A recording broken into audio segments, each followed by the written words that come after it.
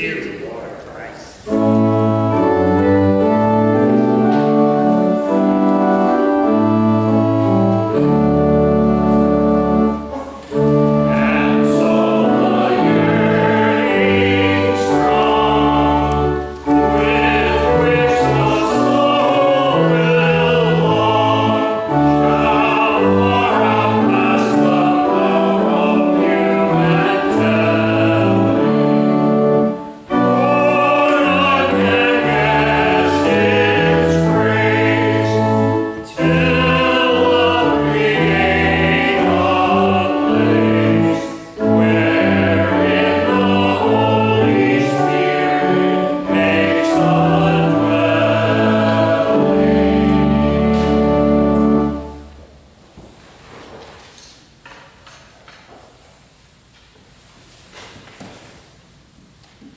May the words of my mouth, the meditation of my heart be acceptable in your sight, O Lord, my Savior and my Redeemer. Amen. In selecting music for today, I know that one of the things that I forgot, Peter reminded me, is that it's also a national holiday. So we will sing something later on so that we can honor that particular occasion. But one of the things I thought I would lead you in right now is a little bit of happy birthday. And I knew I would probably be throwing all of you off because you'd say, whoa, whoa, whoa. It's not your birthday, Father Bob. Whose birthday is it? And it's not really mine, so why are you singing happy birthday to us or asking us all to sing happy birthday? And I thought to myself, I really should make this clear. One of the things that the sermon is supposed to do is educate you. And one of my colleagues on Facebook was saying that they were having a terribly hard time writing their sermon and spelling the word paraclete, because autocorrect kept constantly changing it to something completely unrelated to church. And so I thought, now, I am not going to spend this entire sermon trying to explain to you what the meaning of a paraclete is and what the sources of that word. It doesn't really make you a better understander of what the Holy Spirit is about. But the word that's in our gospel is the word advocate. And so one of the reasons that they consider this day to be the birthday of the church is that the day that Jesus has given us the opportunity to have a representative on earth, and that representative is the Holy Spirit. Of course, there's all sorts of interpretations here on whether or not Jesus was the first advocate and that the Holy Spirit is the one that he sent in his place. But I think to myself, if I really understand this correctly, the whole idea of a birthday of a church means that we actually got this little organization going. Because God existed long before then, Jesus existed long before then, the Holy Spirit existed long before then. So why do we have to pick one date? Why does it have to be only one occasion when we celebrate our birthday?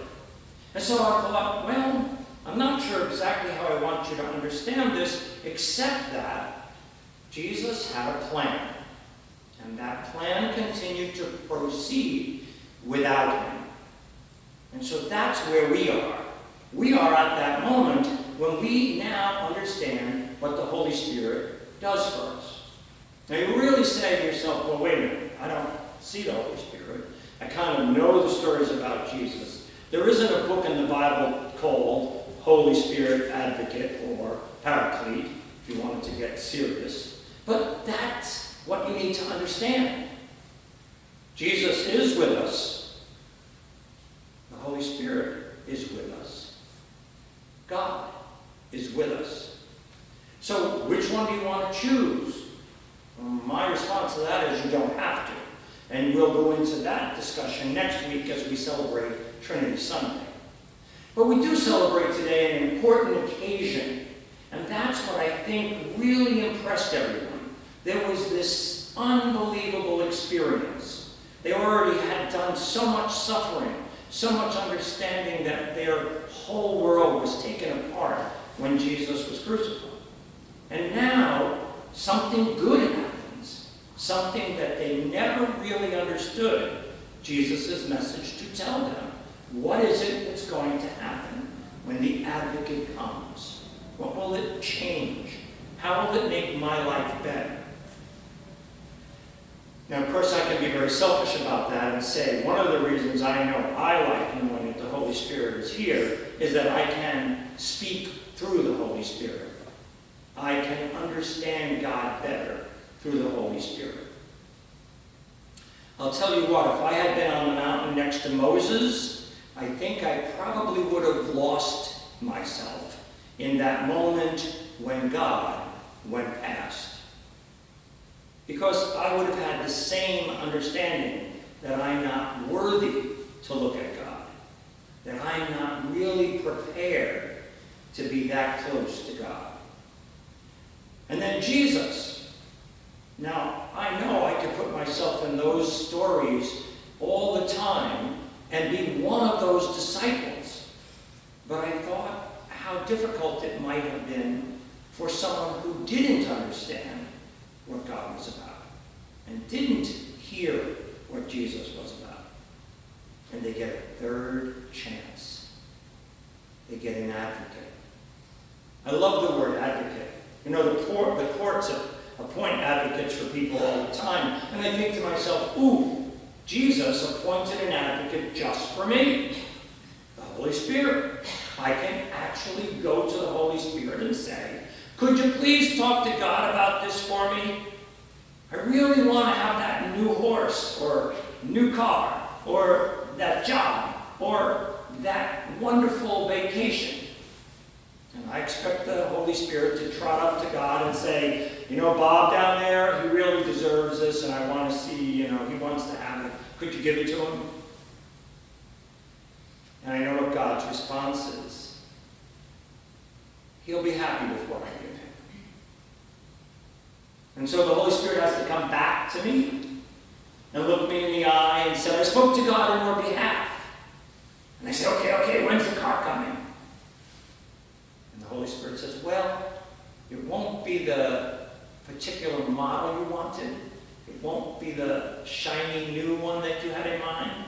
But here are the keys. You see, that's where I'm going. The keys. The Holy Spirit gave us the opportunity to enter heaven, even though we are sinners. Even though we have doubts. Even when we question. Even when we wonder, is God in all of this? And yet I know God is. Bright red certainly makes it stand out, doesn't it?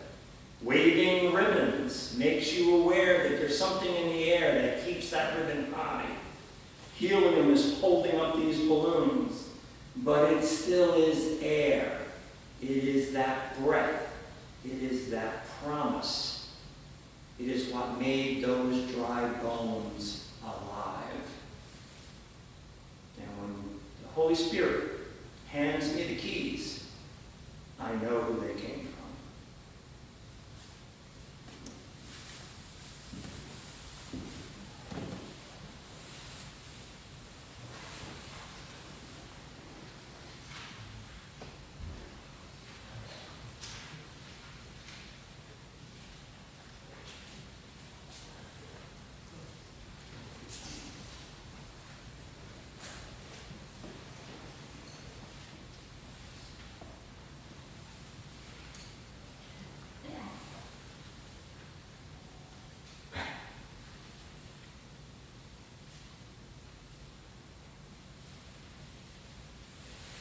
Let us stand together and affirm our faith in the Nicene Creed. We believe in one God, the Father,